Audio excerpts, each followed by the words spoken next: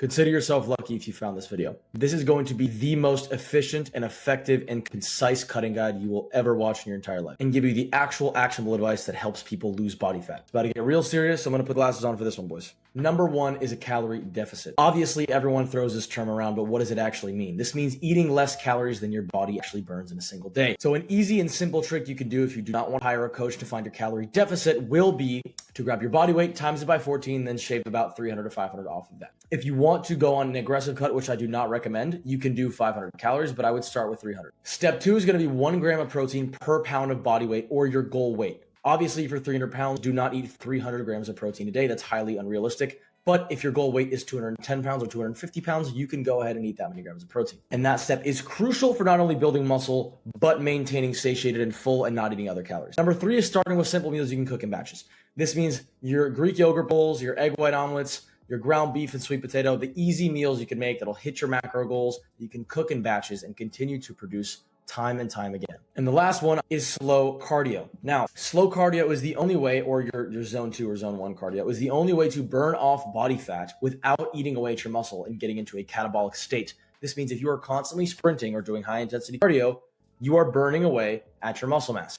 If you do slow intensity cardio, you are keeping and preserving your muscle mass while burning away at only fat. That does not mean that is going to be the sole driver for fat loss. The only way to actually lose fat is to be in a calorie deficit, point blank.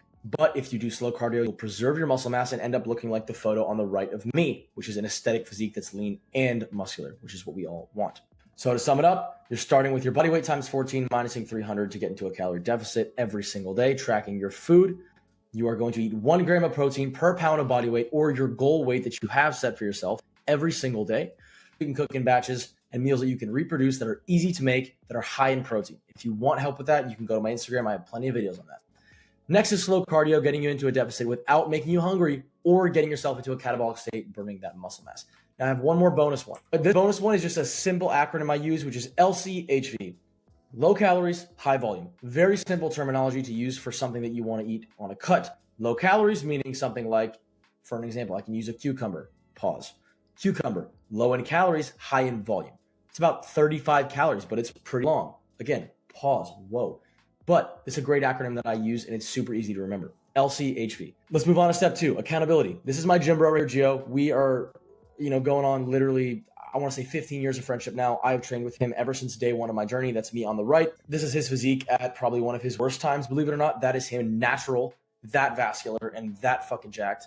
He's an absolute monster. He's around like probably 215, 220 in this, even shorter than me. This has been the sole driver of my long-term success, my accountability partner. Now, if you do not have a family member or a friend, you can get a coach. Whatever coach floats your boat, it'll be a great tool for you to use. It's hard for you to follow through alone. Having a friend, family member, brother, sister, or coach literally helps you so much. The next thing I want to talk about is the pressure on yourself to build discipline and not looking for quick dopamine and rewards. What this means is, I've talked about this in other videos, being process-oriented, not goal-driven. I don't want you to think about those abs and get super, super focused on that and be that only driving thing that you're looking for. I want you to focus on the habits that it takes to get those abs. Discipline is an overall incredible skill to master. And this is one of the easiest and cost-effective ways to do that, mastering your own body fat percentage. One of the easiest ways to tell if you're a disciplined person. The last thing I want to talk about here is building a time schedule to eat your meals. Now, the reason why this is important is it gives you time to prep the meals if you haven't already, but it also gives you time to digest the meals before your lifts. I like to eat my pre-lift meals about an hour and 15 minutes before. Sounds a little long, but I like to fully digest my protein and my carbs. Then I will carb up or do some electrolytes, and I'll pop that during the workout and before, right? Just to give me that extra little boost. So same time, super important. The last bonus thing I'm going to throw in here while moving my big ass head again is to be process-oriented, not goal-oriented. This is another kind of like acronym thing you can memorize. This is what I just said. Extremely crucial to follow through with. This is a real message from one of my clients. I really needed this because I'm really hard on myself. I appreciate you having me in your corner. This journey, because I feel like it's going to be a long one mentally. And that is correct. This cut will be a long journey. It will be difficult. Don't shy away from that. Don't think it's going to be easy. You go in thinking it's easy, you're doing the wrong thing. It's hard.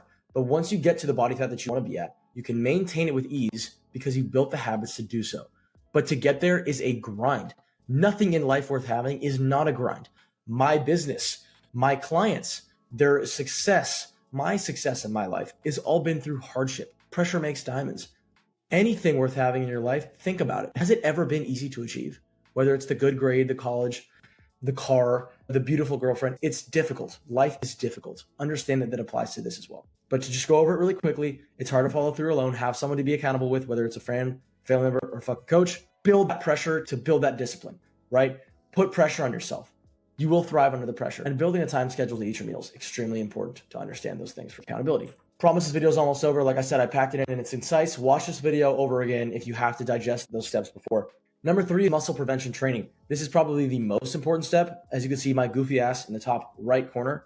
That first goofy ass photo and that bottom photo, which has terrible lighting, which I actually have abs in, believe it or not. This goes to show that I've actually gained muscle while cutting body fat. I've actually gotten like almost twice as big. The reason I've done this is because of MPT, right? 3 to 5 times a week of hard resistance training, not cardio circuits. No HIIT cardio, no Pilates, none of that BS. It's just been 3 to 5 intense and low repetition compound exercises 3 to 5 times a week. It's the simple shit and it works and it's never not worked. This leads me to my next point, keeping compounds in your routine, your bench press, your squat, your heavy movements, your heavy rows, your heavy barbell curls. These are extremely important to build a solid foundation when you're first starting out. Then you can move into those little, I like to call them the kind of side dish movements. You got your meat and potatoes, right? Your benches, your rows, your pull downs, your chest presses, your incline presses, your shoulder raises, your shoulder presses. But then you've got, those accessory movements, which I call the side dishes.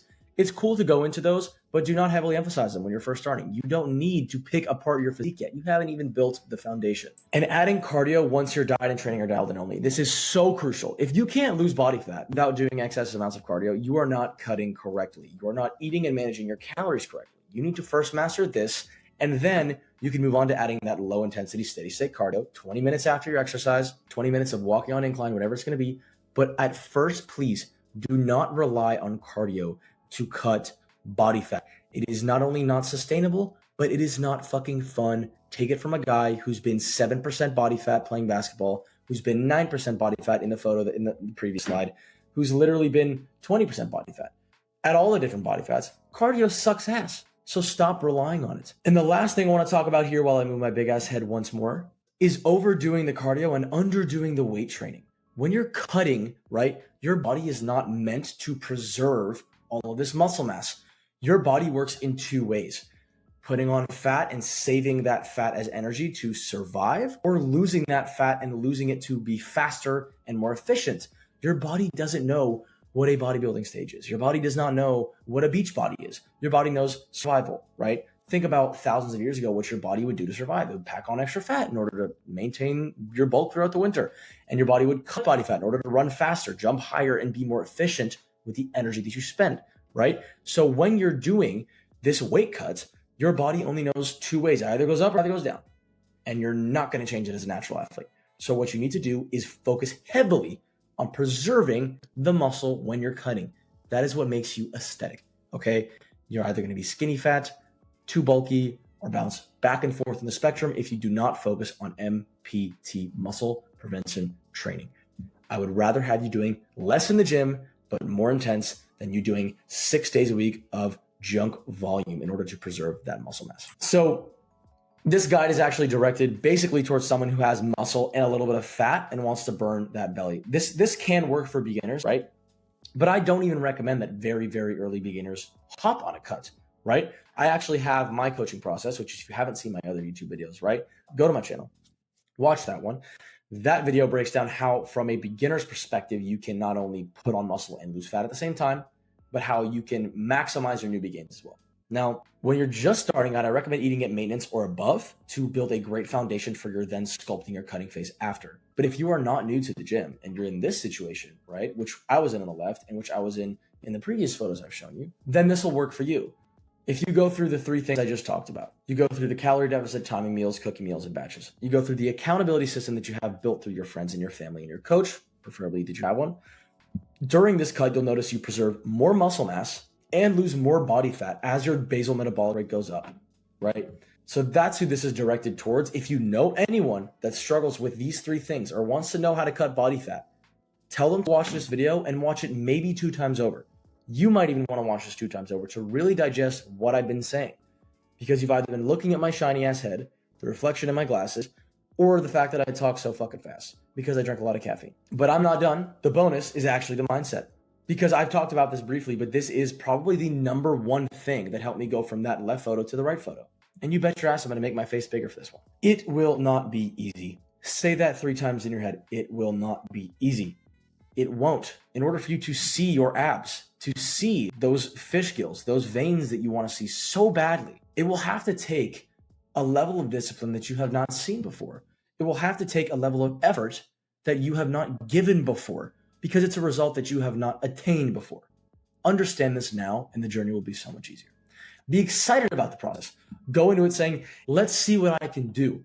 Let's see how far I can take this shit. The outcome is entirely on you, and you can either look at that as a bad and scary thing or the best thing ever, because it's one of the only things in your life where the outcome is on you. You get fired from your job at work, sometimes your boss is a piece of shit. You go to school and you get a bad grade, sometimes your professor is a piece of shit.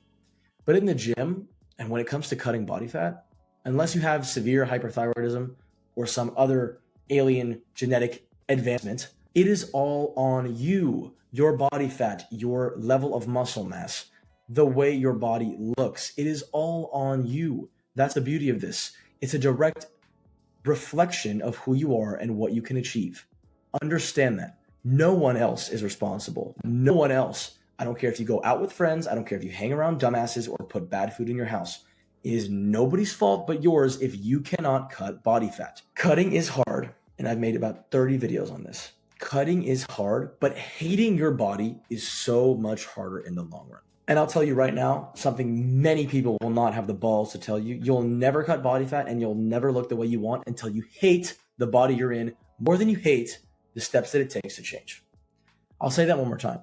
You will never cut body fat unless you hate your body more than you hate the steps that it takes to change it, okay? I'm not saying to hate your body. You should love your body. But if you're disappointed with your physique like I was in this photo, and you don't hate it more than you hate the journey to get here, you won't get here. And I'll leave you off with that. Thank you very much for watching. If you're interested in one-on-one coaching or want to fast track this process and understand why my clients get such great results so fast, DM me the word coach on my Instagram. It's HunterFFit on all social media. You can also comment on this YouTube video. You can hit the link in this description if you're interested in one-on-one coaching, or if you just want to learn more about it and book a call with me and get a free game plan. I'll not only strategize your cut for you on this call, but I will also break through the barriers that you have right now and understand why you're not getting results you want to achieve. These are the bare bones, the basics, and if you just constantly drill these into your routines, you will see the results you're looking for. And thank you again for supporting me, for DMing me. I love the people that interact with my stuff. I cannot thank you guys enough, and I wouldn't be able to do it without you. So thank you for watching this video. I hope it helped. Like and subscribe. Save this for later. Send it to your friends, and take care and have a blessed evening.